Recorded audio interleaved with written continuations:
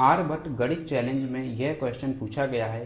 ये क्वेश्चन आपके सामने ये रहा और यहाँ पर कोई इन्फॉर्मेशन नहीं दी जा रही है, हमसे ये टू शेडेड रेक्टेंगल्स का एरिया फाइंड आउट करने के लिए बोल रहा है।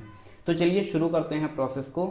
एक चीज़ अपने दिमाग में आप रखेंगे कि ये जो दो आपको यहाँ पर रेक्टेंगल्स देखने को मिल रहे हैं वाइट कलर के, मैं इन्हें कलर कर देता हूँ। एक को रेड किया, बेहतर तरह से समझने के लिए थोड़ा सा ट्रांसपेरेंट मैं कर देता हूँ। तो आप देख रहे हैं ये आपको डायगोनल दिख रहा है। ये जो डायगोनल है ये असल में डायगोनल इस छोटे से रेड कलर के रेक्टेंगल का है जो असल में इसको टू इक्वल पार्ट्स में डिवाइड कर रहा है। अब मान लेते हैं कि ये जो आपका ट्रायंगल है इस ट्रायंगल का एरिया m है, ऐसे मैंने मान लिया।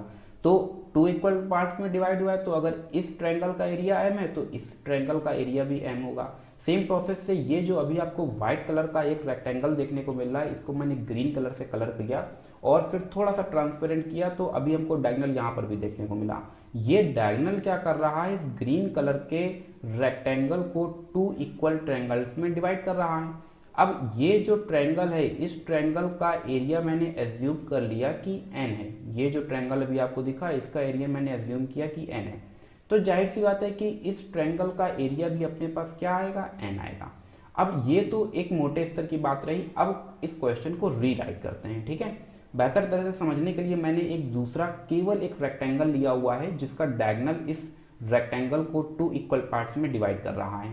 इसको ओरिजिनल डायग्राम में लाने के लिए मैंने यहाँ पर ये एक रेक्टेंगल अटैच किया और एक दूसरा रेक्टेंगल ये अटैच किया, तो ये अपना ओरिजिनल डायग्राम बन गया जो स्टार्टिंग में हमें देखने को मिल रहा था। अब मैंने क्या किया, एक ट्रायंगल को यहाँ से अलग कर लिया जिसका बेस मैंने x लिया और एल्टीट्यूड y ले लिया है। तो अगर इस पूरे येलो कलर का ये जो आपको दिख रहा है ट्रायंगल, इस येलो कलर के ट्रायंगल का अगर मैं एरिया निकालूं तो आपको पता है 1/2 बेस इंटू एल्टीट्यूड आ जाएगा। अच्छा, ये एक ट्रायंगल देखिए मैंने फिर से इसको भी अलग कर लिया है। तो जब इसको अलग किया तो जो इसका एरिया होगा वही इसका भी एरिया होगा, यानी 1/2 x इंटू वाई। अब मैंने क्या किया कि ये दो जो रेक्टेंगल्स थे इनको सेपरेट किया और सेपरेट करने के बाद में ये जो येलो कलर का एक बड़ा ट्रायंगल था ये अब दो छोटे ट्रायंगल्स में बदल चुका है।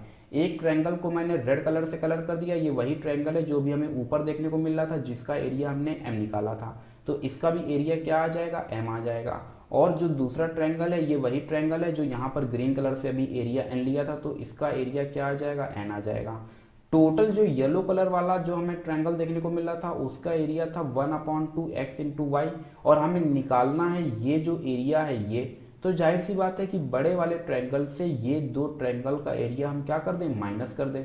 तो हमने माइनस किया m प्लस n, और जैसे ही हमने माइनस किया वैसे ही हमको ये वाला देखिए एरिया हमें मिल चुका है। तो यही सेम प्रोसेस अगर मैं यहाँ पर अप्लाई करता हूँ तो ये वाला आप देख रहे हैं x into Y 1/2 x into Y, तो ये येलो कलर का जो ट्रायंगल था उसका एरिया हो गया। फिर रेड कलर का एरिया आपको पता है m है। सेम प्रोसेस से ग्रीन कलर का भी जो एरिया है वो भी पता है n है। तो जो हमारे पास इसका जो एरिया निकलेगा वो एरिया आ जाएगा 1/2 xy minus m plus n। बेटा रेशियो निकालना इसलिए हम क्या करेंगे, दोनों को डिवाइड करा देते हैं। तो जाहिर सी बात है कि ये इसको क्या कर देता है, कैंसिल कर देता है, और जैसे ही कैंसिल करता है तो हमारे पास रेशियो क्या बनता है, 1:1 means 1/1 means 1:1। Option A is correct. अब इस क्वेश्चन को एनिमेशन के माध्यम से समझना ज़्यादा आसान होगा। बस दो चीज़ें आप याद रखेंगे, एक तो ये कि दोनों ही रेक्टेंगल का एक कॉमन कॉर्नर पॉइंट हमेशा इस डायगोनल पर होना चाहिए, और दूसरा यहाँ पर आप देखेंगे मैंने मार्क कर दिया है, यहाँ पर एरिया आपको दिखेगा दोनों ही रेक्टेंगल्स का। तो अब मैं इसे प्ले कर रहा हूँ और अभी आपको दिखेगा, और जैसे ही मैंने इसे प्ले किया अब आप देख रहे हैं ये स्मूथली रन हो रहे हैं। और दोनों आप देखिए, दोनों रेक्टेंगल मैं स्टॉप करके दिखा देता हूँ। मैंने जैसे ही स्टॉप किया देखिए दोनों का एरिया सेम है।